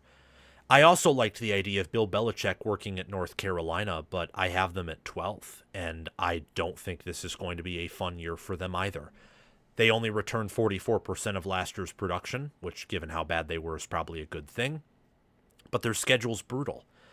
They play TCU in Ireland. I think TCU will win that game. Off the bye, they play East Tennessee State. Should be a win. At Clemson, Clemson's better players, and I still think Dabo Swinney, while being one of the worst, is not that much worse or even comparable to Bill Belichick as a college football coach. So with it being on the road, I believe Clemson will win that game. They have another bye in week 4, because remember, they play TCU in week 0, who I think they'll lose to. And then they play Notre Dame at home, at Pitt, at Duke, Syracuse, Miami, at UConn, Louisville, at Virginia, and NC State. I believe they will beat Syracuse, UConn, and NC State, lose to everyone else, and Notre Dame and Miami will crush them. Put them in a blender, blend them up, and yeah, that'll be the telltale. With North Carolina, watch out for Jordan Shipp at wide receiver, and they have a defense that I believe under Steve Belichick could compete for being one of the better defenses in the ACC. That's how they're going to have to win games, though, will be defense and occasionally the passing attack, because everything else that I'm seeing out of this team is not encouraging. At 11th, we have NC State. NC State returns C.J. Bailey. They unfortunately lose Hollywood Smothers to Texas. Dave Doran has been there for over a decade, and things have gone stale. They have. When you look at NC State's schedule, when you look at the roster they've built, when you look at what they are trying to do as a program, it feels like it's the same thing over and over and over again. They get some years where they receive hype, they never live up to it. The years where they're projected to suck, they overperform. And it's this repeat of 6 to 8 wins pretty much every single season. They play Virginia in Brazil, and I expect that to be a loss for NC State, as I believe Virginia has more program momentum and a better roster. Off the bye, they will beat Richmond, lose to Vanderbilt on the road, beat App State at home, lose to Louisville at home, beat Wake Forest. So they'll enter their second bye with a 500 3-3 record, and I think they will be 3-3 after that bye. Losing at Stanford, beating Cal at home, losing to Duke at home, beating Syracuse at home, beating Florida State on the road, and ending the season with a loss to North Carolina to finish 6-6, 4-5, yet again going bowling. I have no idea how NC State fans would react to that. I'm unfortunately not in tune with that fan base. C.J. Bailey is the hope on offense, same with Spike Souls Jr. at guard and Teddy Hoffman at wide receiver.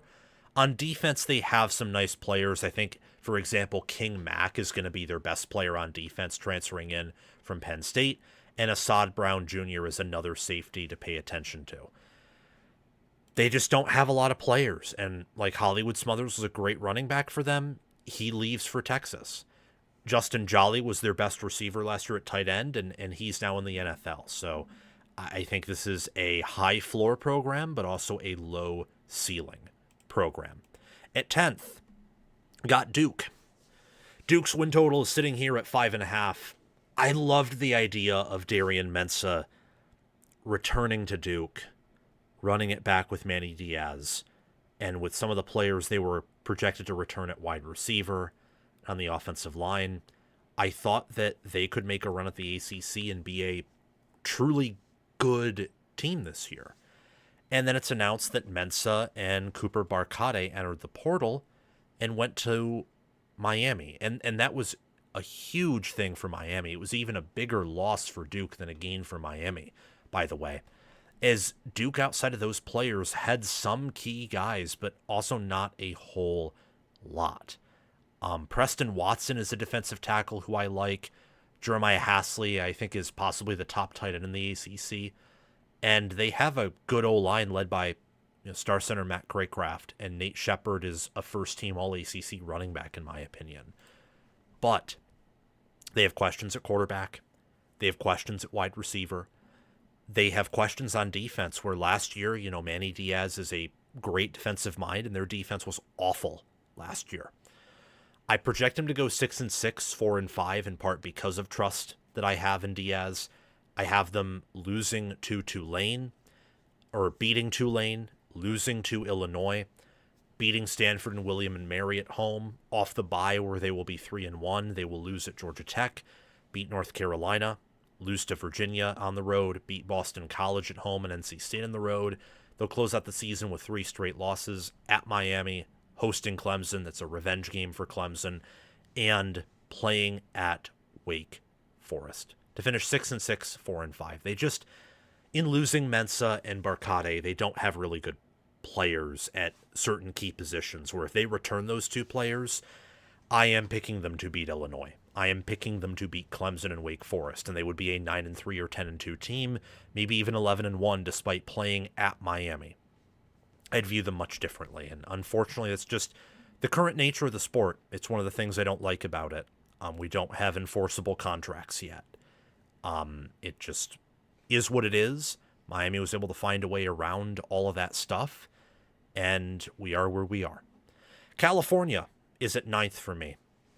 They have a star quarterback in JKS, and I'm going to refer to his name as JKS because Jaron Kiwi Sagapolatele, actually, I'll just refer to him by that. I think that's the right pronunciation of his name. Correct me if I'm wrong, but I think that's how you say it. California, I also have going 6-6 and 4-5, starting out the year 0-2, losing to UCLA at home and to Syracuse on the road in just a tough travel spot. They'll beat Wagner, Clemson, and UNLV on the road. They'll lose to Virginia Tech at home, beat Wake Forest at home, lose in back-to-back road games at SMU and NC State. Off the bye, they will lose to Virginia on the road before closing out with wins over Stanford at home and Pitt at home. Jaron Kiwi Sagapolatele is one of the best quarterbacks, not just in the ACC, but in college football. Adam Muhammad will fit well with them at running back. Ian Strong is a first-team All-ACC wide receiver in my book, and Dorian Thomas is a great tight end. They have excellent skill position players for the ACC. My question for them is defense and offensive line. They have some good players in those positions. I look at center Tyson Ruffins, for example. But they need more players than just a handful to step up if they want to do better in year 1 than Justin Wilcox averaged across his whole tenure. Because of the quarterback situation, I do think their ceiling is 10 wins and possibly being a bid thief. When you have that good of QB play in the ACC or Big 12, pretty much anything is possible because usually the schedules are pretty weak compared to the SEC or Big 10. And there's definitely juice in that program now that Tosh Lupoy is the head coach. At 8th, we have Pitt. Pittsburgh, I think, is the epitome of a low-ceiling, high-floor program. Most likely record in my book is 7-5. That's where I have them. They, at the very worst, are going to go bowling. I trust Narduzzi outside of really down years to go bowling, and they return a good QB and have a good staff. And at the very best, when you play Miami on the road, when you play Louisville and California on the road, Virginia Tech on the road, got to face Georgia Tech, I think Pitt's just going to have inherently a few losses in there. Once again, I have them starting off strong, finishing weak, beating Miami of Ohio, UCF and Syracuse and Bucknell at home. They'll lose at Virginia Tech, beat North Carolina at home, beat Boston College on the road. So they'll be 6-1, and then they will finish 1-4. Losing to Miami on the road, Georgia Tech at home. Off the bye, they'll beat Florida State at home, but lose to Louisville and California in back-to-back games. I have a lot of respect for Pat Narduzzi, and Mason Heinchel should have a good season. However, when you lose a running back like Desmond Reed, that's key. I thought as the season went on that Mason Heinchel slowly got figured out more and more and more. They have a good guard in BJ Williams and a good tackle in Ryan Baer. Defensively, I like what they have. Just, they lost Kenny Johnson to Pitt. Desmond Reed to the NFL. They don't have the same QB depth, and they struggled with some QB injuries last season. And they do return Cruz Brookins at safety and Braylon Lovelace at linebacker, but lost Rasheem Biles to Texas. They lost some key players. Like, if they returned Rasheem Biles and Kenny Johnson, this would be more of an 8-4 team, in my opinion, maybe even 9-3 with, upside to win 10 games. It's the nature of the sport here. The ACC and the Big 12 can sometimes turn into feeder leagues for the SEC and Big 10 if these teams don't spend, and Pitt's never been known to be highly involved in football. Clemson has been known to be highly involved in football. I still believe they are highly involved. They're just incompetent, and they don't know what they're doing. And it's pretty irritating. It's irritating that because of their inherent talent edge and living off the past, their win totals at 7.5, and I do think because of those advantages in a workable schedule, they are going to go 8-4. It's also why I have them upsetting Miami. We'll get to that in a few seconds. I have them losing to LSU handily on the road. They'll beat Georgia Southern, North Carolina at home, lose to California on the road. It's just a tough travel, and since California is a good QB combined with the tough travel, that could give Clemson issues. Miami at home. Miami's bringing in a lot of newness, specifically in the trenches. Clemson has some returning production there. Not much more than Miami's, but they have enough talent there to where they can be competent and serviceable there. And it's on the road. It's a big game for Clemson. It's a program game. And I also think that at 2-2, Miami, they have these look-ahead games every year under Cristobal. They've had him every year under him at Oregon. I only think they'll have one this year, and I just happen to pick Clemson to be that look-ahead game where Miami ends up losing. So don't really have a reason for that other than past history. It should not be a loss for Miami or a win for Clemson. Off the bye, they'll beat Charleston Southern, lose to Virginia Tech at home, beat Florida State on the road, beat Syracuse on the road, lose to Georgia Tech at home, beat Duke on the road, and they'll beat South Carolina, a South Carolina team likely without a head coach, as I think Shane Beamer is going to be fired in either the middle of the year or at the end of the year, and by then it will already be a formality. At 8-4, they would technically improve from last year, but still they're going to be far below their bar that they set in the 2010s. Clemson, with 2010s level talent, goes 12-0 and wins all of these games by double digits, easily. If they just had the talent they did last season with good coaching, they probably go 11-1 or 12-0 here. And I just think right now Dabo Swinney is one of the worst coaches in the sport, and I believe that he does not have a good staff. It's not anything about him personally. They do have some good players like Jaheim Lawson, London Merritt, Will Helt. I actually like their edge room this year. And Ashton Hampton is very, very talented. Sammy Brown is also very talented at linebacker. They probably have the best receiver duo in the ACC with TJ Moore and Bryant Westcott Jr. In fact, I would confidently say they have the best ACC duo. Malachi Toney is the ACC's best receiver by quite a bit, but TJ Moore and Bryant Westcott Jr., that is a lethal duo. So if they can just figure out QB and in-game management and motivating their players, they should improve. I think they'll improve record-wise, but I don't know if they'll improve power ratings-wise necessarily. We have Virginia Tech at 6th. How do I put this? James Franklin really bungled it at Penn State. He messed up. He should have been fired. He was just never going to get it done there. And Penn State, with the standard they have, the type of program they are, they needed someone who could get it done, even if that means they risk losing some of the high floor they had. And even then with Franklin, at a losing record in COVID, they went 7-6 in 2021, and last year they were 3-3. So the floor wasn't as high as many in the media will make it out to be. I am a James Franklin hater, and yet I have them at 9-3, 6-3. Why? Well, I'm a James Franklin hater because I'm more of a Big Ten guy, and I do not think he's a good Big Ten coach. I think that in the modern era with fewer plays and different types of game management and clock rules that shorten games, every decision becomes more important. With the transfer portal, you have to make tougher roster decisions, and I do not think Franklin is a good decision maker. So as the new era came about in the Big Ten, that put him at an even bigger disadvantage, and he was already bad in big games, already couldn't scale the talent he had to win big games. So that eventually pushed him out. At Virginia Tech, though, he's perfect, because at Virginia Tech, you don't have to play Ohio State every year. And you're really, most years, only going to have one big game on your schedule. So that means multiple college football playoff opportunities. And in the ACC, your big games, your big opponents, won't be as intimidating or as well coached or have the same mental edge over you that Ohio State did over Penn State, because they played each other every year. There was a bit of a rivalry, and rivalries can often very quickly get one-sided if there is an imbalance due to other outside factors. Virginia Tech doesn't have a rivalry with Clemson. They might have something with Miami due to the old Big East ties, but it's not super intense from what I can tell. And he's done a good job in terms of building a staff at Virginia Tech, and I like some of the players they have. Luke Reynolds didn't do that much at Penn State.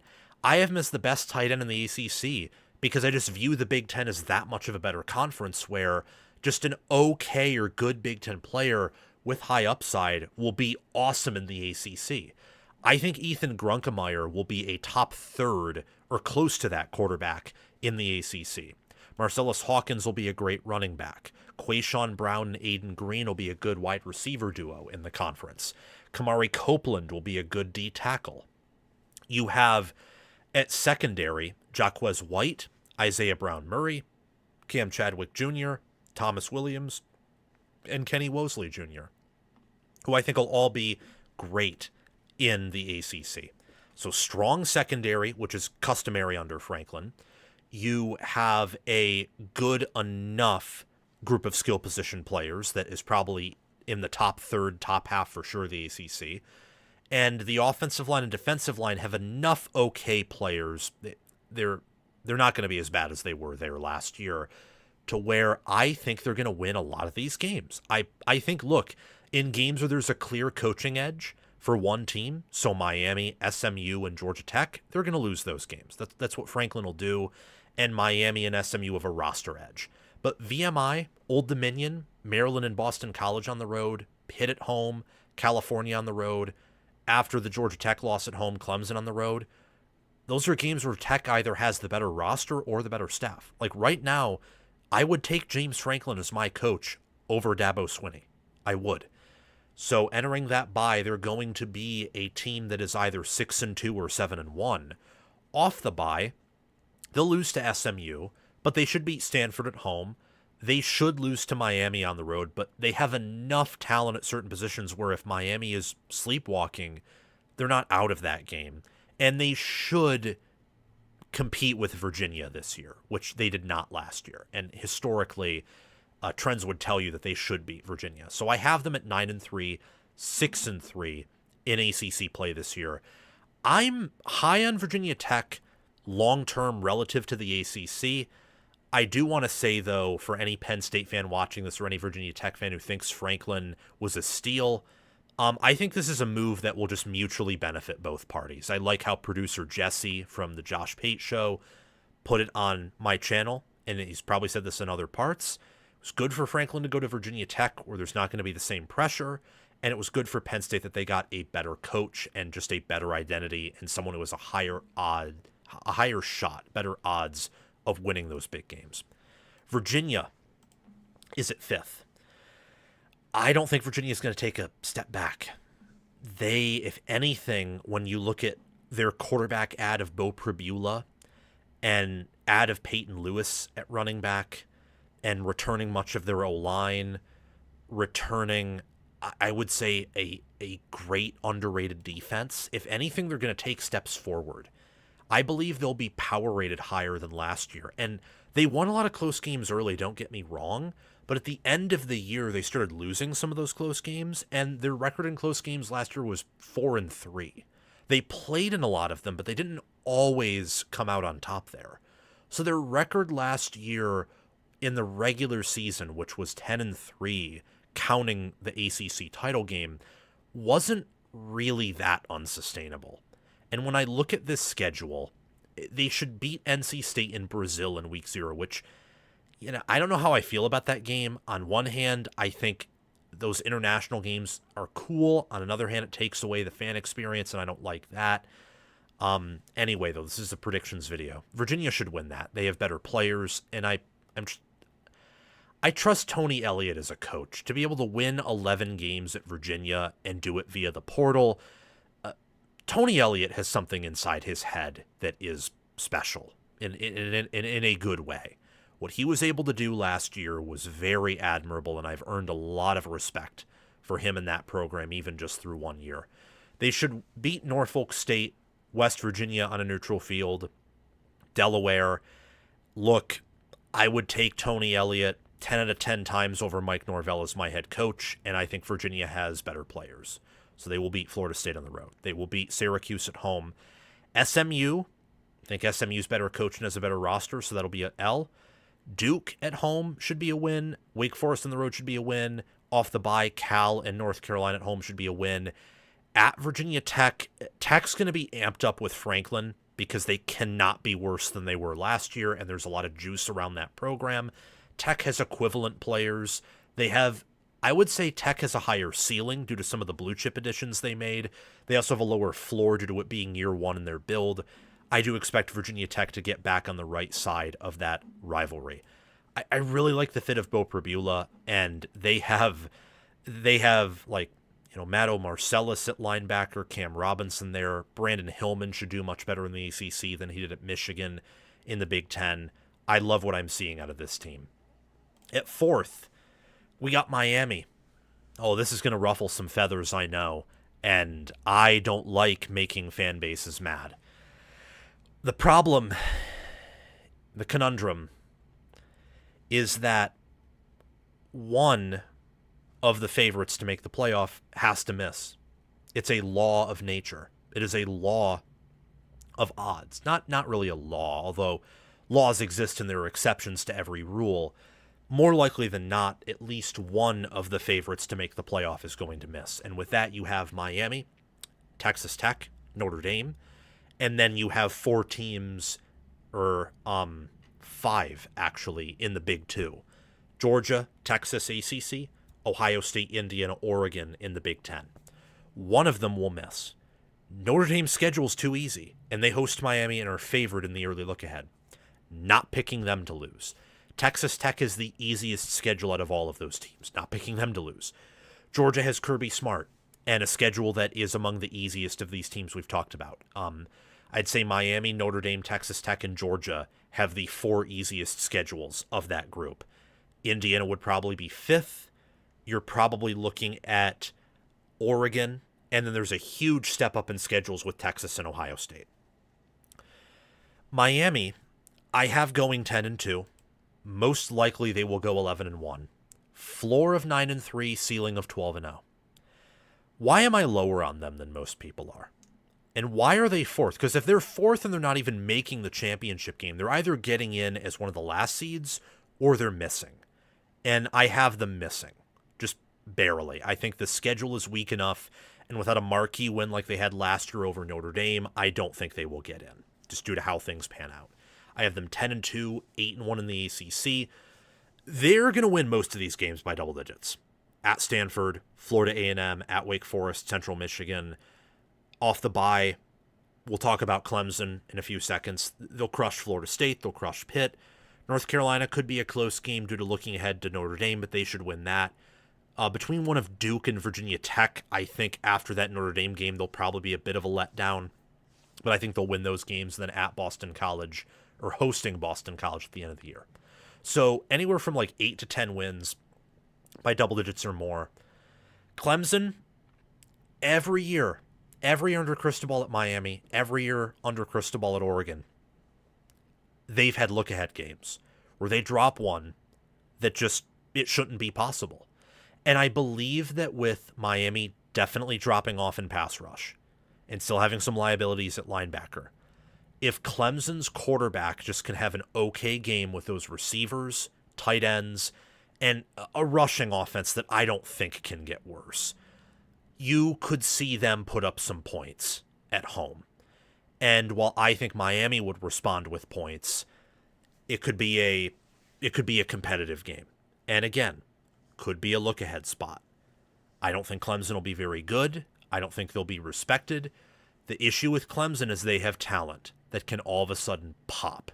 An example of that is last year when the team was basically half dead and they upset Louisville on the road and they beat South Carolina by double digits. I know those teams are not going to be nearly as good as Miami this year, but Louisville wasn't that good last year. And I kind of think that this Clemson team is similar to last year's Louisville team, where they will have the talent to pop off and possibly beat an LSU or a Miami. They will not be consistent enough to get through the year unscathed or reach the playoff, though. At Notre Dame's built a lot like Miami this year. They lose some key players at important positions for Notre Dame. That's running back. For Miami, it's left tackle and D-end. Notre Dame, outside of receiver, is pretty much outside of receiver and running back, and I would say tight end. So outside of skill positions that aren't quarterback, Notre Dame is anywhere from a little bit better to significantly better at pretty much every other position, and they're hosting the matchup in November. That's why the spread is 7.5, 6.5. Way too early to bet that, by the way. But I agree with that early analysis, provided there aren't too many injuries. I do think Notre Dame wins that game, perhaps convincingly, in a revenge spot. This shouldn't happen, but every year, someone who should look good in the preseason, things just don't pan out as they did the year before for that team. And I'm picking that to be Miami this year because of how much they lose on the offensive and defensive lines. And they return production, which is good, but a lot of their tackling, returning production last year from the secondary and linebacker spots wasn't good. Like, their corners and safeties are excellent in coverage, but they were somewhat leaky with tackling, especially at linebacker. And linebacker, they just weren't really that good overall. So with how important the trenches are for them, you're really banking on them improving so much at skill positions and so much at perimeter play that they simply get back to what they were last year. Because with how much they're losing on the lines of scrimmage, you look at their returning production, they're returning much less than Ohio State, even less than Indiana, less than Georgia, less than Notre Dame. They're returning less than almost everyone in the playoff field except for Alabama. They're not going to get better. At the very best, they're going to somewhat reload, and maybe they could provide the illusion of being better than last year's team, like 2025 Ohio State did. But then once they start to play in some of these bigger games, things will be exposed. So I still think Miami's a top 10 team. I have them power rated 8th. I just am picking them to miss the playoffs, more so due to chance than any bias or necessarily strong conviction that they will be left out. At third, we have Louisville. Louisville's only ahead of Miami due to tiebreakers, and the ACC hasn't released tiebreakers yet. Shame on them. I'm just projecting what they will be, which is the combined win-loss percentage of Louisville's conference opponents' conference records. I have Louisville losing to Ole Miss to start the year, beating Villanova, losing to SMU, and then winning out. Beating Wake Forest, NC State, Florida State, Syracuse off the bye, Stanford, Georgia Tech, North Carolina, Pitt, and Kentucky. This is Jeff Brom's year. He has Lincoln Keenholz at quarterback, who should pan out well. Isaac Brown and Keon Brown is the best running back duo in the ACC outside of maybe Justice Haynes and Malachi Hosley. Louisville also has the best edge group in the ACC, and best edge group that we're talking about in this ACC predictions video. It's even better than Notre Dame's. Not because Notre Dame's isn't good. Notre Dame's is freaking good. Same with Miami's, even with what they lost. They just have Clev Lubin, AJ Green, and Tyler Thompson. So they have insane production at edge. I like what they have at linebacker, as long as Stanquan Clark can get healthy again. Him and TJ Capers should be pretty good. Antonio Watson, Cohen Entringer is one of the better safety duos in the ACC and all of college football. So the roster's improved. I don't think losing Ron English as the DC is going to result in much of a drop-off. He was always kind of and just Brom's guy. So they'll lose to SMU, who I have as a better team, and I do think Lashley's a better coach than Brom, but it's very close. and I'm having them losing to Ole Miss due to talent reasons. But there is a path for this team to go 12-0. They don't play Miami.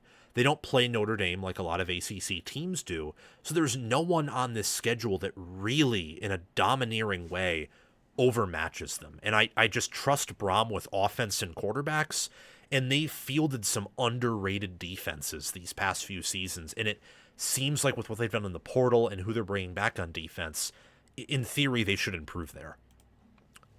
Georgia Tech is the ACC runner-up. This might shock some of you given how much Georgia Tech loses, but I like Alberto Mendoza and how he fits their offense, and Justice Haynes is running back one in the conference. So that, with Brent Key's emphasis on offensive line play, with the defense being so bad last year that it has to get better, and they made a staff upgrade there, I believe that this team is going to be a mess for everyone to play. So I have them beating Colorado, have them upsetting Tennessee. It's early in the year. Tennessee's defense and offense, they could be a bit of a mess in September. Mercer at Stanford will also be wins off the bye. I'm looking at Duke as a win. Virginia Tech on the road could be tricky, but I like Virginia Tech's backfield defensively more than their defensive front. So Georgia Tech, because both are Tech. Georgia Tech should have the trench edge, and Brent Key is a greater than game manager than James Franklin. He's a little alligator symbol. He's better. So that's going to be a win in my book, though it's kind of a coin flip game. Boston College will be a win. At Pitt could be tricky, but again, a Georgia Tech style of play, as long as they have a good running back and they get enough stops on defense, and by enough I just mean a handful, they'll control you, they'll take the lead, and they'll win. Louisville at home, I have it pegged as a loss because Georgia Tech's not going undefeated in the conference. They're not deep or talented enough, and Louisville has comparable enough lines of scrimmage play, better QB play. Louisville could play a similar style to Georgia Tech with how they're built this year, and they're just a better, more talented team. So I think they'll go down to Tech, to Atlanta, and win that one. At Clemson should be a win for Tech, just better coaching, and I trust them there. Wake Forest, they'll win.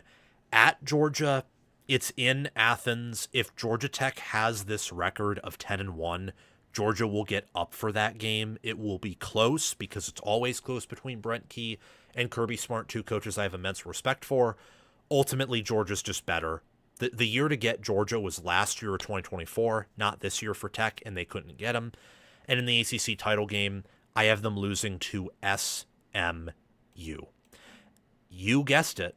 That means that SMU is my ACC champion. Can't even believe it. SMU. Look, the Mustangs, more likely than not, are going to go 10-2. I am picking them to wildly overachieve. The reason I have their ceiling a bit lower than, say, Louisville's is because they play Notre Dame on the road. And that's not quite a guaranteed loss because Notre Dame can have those brain-dead moments like Miami has had. Freeman has a game every year, sometimes 2 times a year, where the team looks completely brain-dead and all they're doing is showing up and the talent carries them through, or it's not enough. It's 80 to 90% likely, though, that SMU loses that game, and more often than not by double digits, though. So when I look at SMU here, I think they'll beat Florida State on the road, UC Davis at home, at Louisville, Missouri State at home, Boston College at home, off the bye, Virginia, California, Syracuse, Virginia Tech, Wake Forest, and then at Stanford after the Notre Dame game. They'll go undefeated in ACC play. Notre Dame is just a much better team than them. Notre Dame will probably beat them by 3 to 4 scores, if I had to guess, just due to scaling issues, and they'll beat Georgia Tech in the ACC championship game. Kevin Jennings is due for a big year 3. Joshua Bates, Addison Nichols, and PJ Williams, that is their best guard, center, guard, and tackle in that order. They have an argument to be the best in their conference at each position, and they return a good receiver in Ymir Knight. Defensively, Marquise White, Brandon Booker, and Alexander Kilgore are second-team All-ACC players in my book. So they just have, outside of Miami, I think the most balanced and best roster in the conference. And I think that with the returning experience they have, that experience will triumph Miami's talent to win them the ACC. Last but not least, I want to discuss Notre Dame, who's in their own tier. More likely than not, with a game at BYU and hosting Miami, the odds say they'll probably go 11-1 and drop one of those. However, I think they're going to go 12-0. And I also think that they will win every game by double digits, except for maybe one, like whatever trap game they have, whatever weird game they have where the team is brain dead. That team could play them close or even beat them. And Miami could just beat them straight up, even if Notre Dame isn't brain dead. But the Irish, when you look at this schedule and you see Wisconsin, Rice, Michigan State, their road games back-to-back are at Purdue and at North Carolina. They host Stanford. They play at BYU. Off their bye, they play Navy neutral field, Miami at home at night, Boston College, SMU at home, at Syracuse. It's just, it's an easy cakewalk of a schedule, guys. It just is. And when you have the best roster in the ACC, you're playing what is basically an ACC schedule. CJ Carr would be the number one QB in the ACC. I would say that Kingston Viliamu Asa or Drake Bowen would be the best linebacker in the ACC. Bronte Johnson would be the best safety in the ACC. Same with Leonard Moore as the best corner. And you're contending for that at center, guard, could contend for it at tackle, could contend for that at D tackle. They're just the best roster out of all these 18 teams we've talked about. They play 1, 2, 3, 4, 5, 6. They play 6 ACC teams, so I think it's just fitting to categorize them with the ACC. They're first in returning production. I'm a bit lower on them in power ratings than people are because I think those running backs were overpowered and covered up some flaws that they had. This is still a team that can win it all easily. They are 6th in my power ratings and much closer to 1 or 2 than they are to number 10. So I view them as more of a top 5 team than a top 10 team. It's just how things are ordered. And yeah, I mean, Freeman's going to be in the playoff. Notre Dame's going to be in the playoff. They'll avenge at least that part of last year's failure. The question is just how far do they go, in my opinion. That's all I have to say for my ACC predictions. Make sure to let me know what you think down in the comments section below. And thank you for watching. Now we can get on to better and bigger things. I need to take a quick break again. My apologies, guys. I think I might be losing my voice a little bit. I need to take a break just to get a drink of water, and this will just be 5 minutes, and I'll be back again.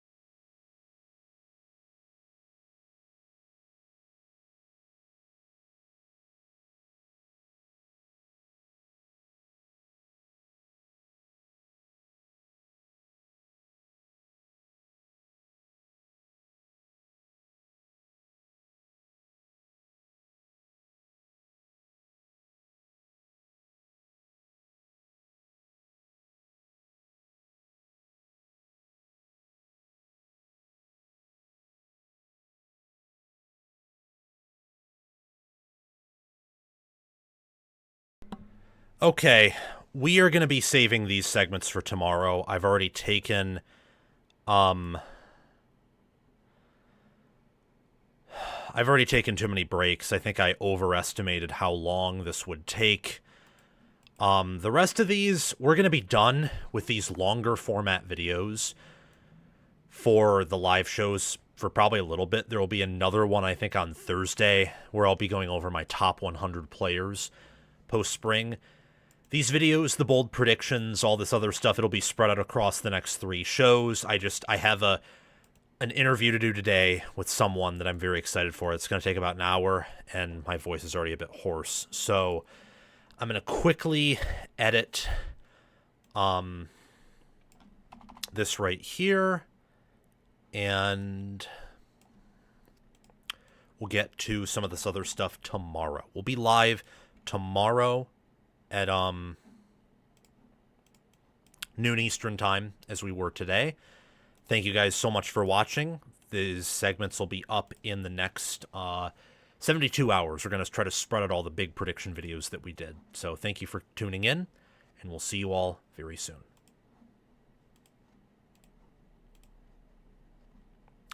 Yeah, you've been going longer and longer.